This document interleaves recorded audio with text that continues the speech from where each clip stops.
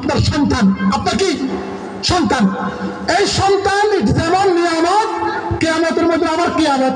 বলেন, দুনিয়ার নিয়ামত, কিয়ামতের কিয়ামত। বলেন না, দুনিয়ার নিয়ামত, আখিরাতের কিয়ামত। ওটাই কেমন কিয়ামত। আল্লাহ তাআলা বলেন, রব্বানা আরিনাল লাযাইনি আদাল্লানা মিনাল জিন্নি ওয়াল ইনসি নাজআলহুমা তাহতা আকদামিনা লিয়াকুনা মিনাল আসফালিন। সুবহানাল্লাহ।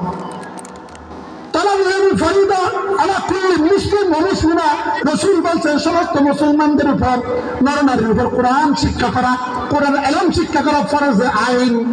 যদি আপনি আপনার ছেলেকে শিক্ষা দিলেন, মেয়েকে শিক্ষা দিলেন না, অথবা ছেলে মেয়ে কাউকে শিক্ষা দিলেন না, সন্তান আপনার নিয়ামত, যখন শিক্ষা দিবেন না, সেই সময় সন্তানকে কাল কিয়ামতের ময়দানে যখন আল্লাহর দরবারে হাজির হবেন, আল্লাহ জিজ্ঞেস করবেন, তুমি কেন নামাজ পড়ো নাই, তুমি কেন রোজা রাখো নাই, তুমি কেন রমজান শরীফ কোরআন তেলাওয়াত করো নাই। সে বলবে, আমি তো এগুলো কিছুই জানি না, আমার আব্বা আম্মা আমাকে এখনো কিছু শিখাই নাই। নাউজুবিল্লাহ। দুনিয়ার নিয়ামত, সন্তান কি দুনিয়ার নিয়ামত। কিয়ামতের ময়দানে যখন আল্লাহ কোরআন কারীমে বলে দিয়েছেন, সূরা হামিম আস-সাজদা, আমি 1 নম্বর মনে নেই আমার, হামিম আস-সাজদা, রব্বানা আরিনাল লাযাইনি আদাল্লানা মিনাল জিন্নি ওয়াল ইনসি নাজআলহুমা তাহতা আকদামিনা লিয়াকুনা মিনাল আসফালিন। এই সন্তানরা, আপনার আদরের সন্তানরা, যাদেরকে মশা কামড়াইলে আপনার ঘুম হয় না, যারা ডাকিয়ে ঘুমাইলে আপনার ঘুম হয় না, যারা ঘরের বাইরে গেলে আপনার ঘুম হয় না, টেনশন কমে না, এমন সন্তানকে আমাদের ময়দানে বলবে, যখন আল্লাহ ধরবে কেন নামাজ পড়ো নাই, রোজা রাখো নাই, কোরআন শিখো নাই, সে বলবে, আমার আব্বা আম্মা এগুলো আমাদেরকে শিক্ষা দিয়ে নাই, আমাকে ইঞ্জিনিয়ার বানিয়েছে, ডাক্তার বানিয়েছে, মাস্টার বানিয়েছে, মৃত্যুর পরে জনতা নামাজ তো পড়তে পারে না। নাউজুবিল্লাহ। আসলে নাই, কথা বলেন না আছে। এই জন্য সারাদিন প্রোগ্রাম করলাম, এই প্রোগ্রাম থেকে আপনার কি শিক্ষা নিলেন? অনেকে মনে করছেন যে কি সারাদিন খালি চিল্লাইছে। আপনার সন্তানের কোরআন শুদ্ধ আছে কিনা, 5টা সূরা মুখস্থ আছে কিনা, নামাজের ফরজ জানে কিনা, গোসলের ফরজ জানে কিনা, ওযুর ফরজ জানে কিনা, কোনো খবর নাই। কিন্তু আপনার ছেলে ইংলিশ মিডিয়াম স্কুলে পড়ে কিনা সেটার খবর আছে। নাউজুবিল্লাহ। আছে নাই? আছে।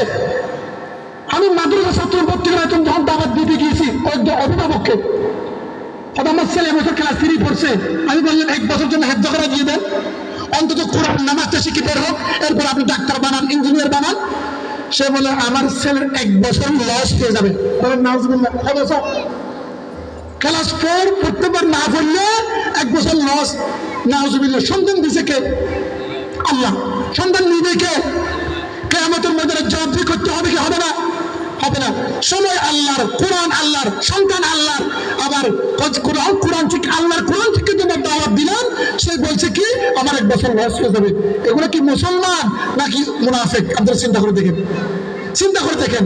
তো কিয়ামতের ময়দানে সন্তানরা বলবে কি, এই আদরের সন্তান যে না খাইলে আপনার ঘুম হয় না, যে আদরের সন্তানকে মশা কামড়ালে আপনার টেনশন কমে না, তিনি বলবেন, রব্বানা, আমি বলছি না, আচ্ছা আল্লাহর কোরআন কি মিথ্যা হতে পারে? আপনার কথা বলেন, আল্লাহর কোরআন কি মিথ্যা হতে পারে?